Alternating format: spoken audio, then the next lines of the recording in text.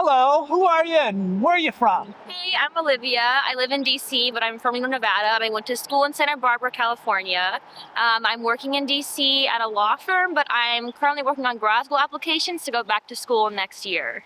All right. And well, Sorry. that covers them. And then what about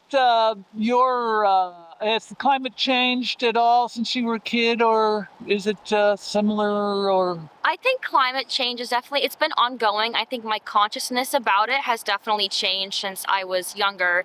Growing up in Reno, Nevada was pretty rural, so pretty used to desert climate, but being on the coast and seeing how coastal erosion and cliff erosion happens, I've kind of become more conscious and aware of climate change itself and happening in nearby communities.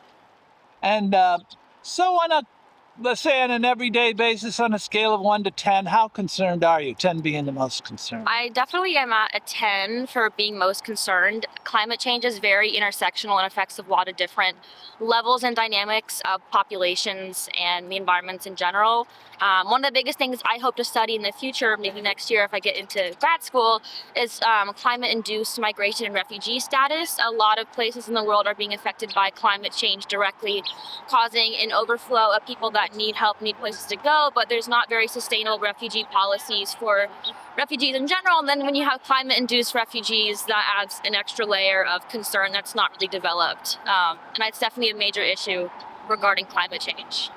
Wow, that is amazing that you're really involved in this. Should we be?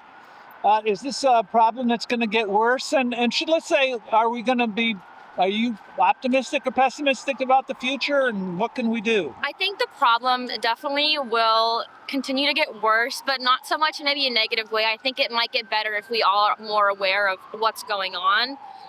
But just in general, with the increase in global population, it's inevitable that there will be this change in population regardless of if it's climate-induced migration or not. But climate change factors, I think, will definitely keep exasperating at the level that we're handling it. I think everyone's doing their best to approach it, but there needs to be a lot more collaboration with corporations, individuals, and also just efficacy and awareness of how individuals can contribute. This is a bit of a tangent, but in college, I helped research for a lab that looked at how psychology can influence climate change lobbyists. And one of the biggest ways is to start seeing climate change kind of out of a hypothetical situation. And if you look at climate change as like an in-person direct risk assessment, there's more possible outcome that'll be a positive approach to climate change instead of just seeing it as like, oh, well, that's a problem for a different day. So I think if people can start shifting their mind to having it like it's a day-to-day affecting me situation, there will be more progressive change, hopefully. And I think people do care a lot. I think people are willing to help if they know how, and that's part of the advocacy as well. That is amazing. Sorry, that was a very long answer. No, I mean, and so these models show that there are things that we can do, and there are more positive ways that there's a positive outcome than negative. The basic research is still being like developed in terms of where it can be applied, but it's the control level theory, and it's just how people have risk assessments in their mind. And so climate change was branched out as one of those assessments. And so what was deduced from like the early parts of the studies was that if there is a way to flip the idea of climate change as less of a hypothetical and more as like a real life risk, there are more ways that people can become aware of their role, and they will be more likely to get involved in stuff preventing climate change or just getting involved, which is really cool. I hope that there's more research on it because it's an amazing topic of conversation.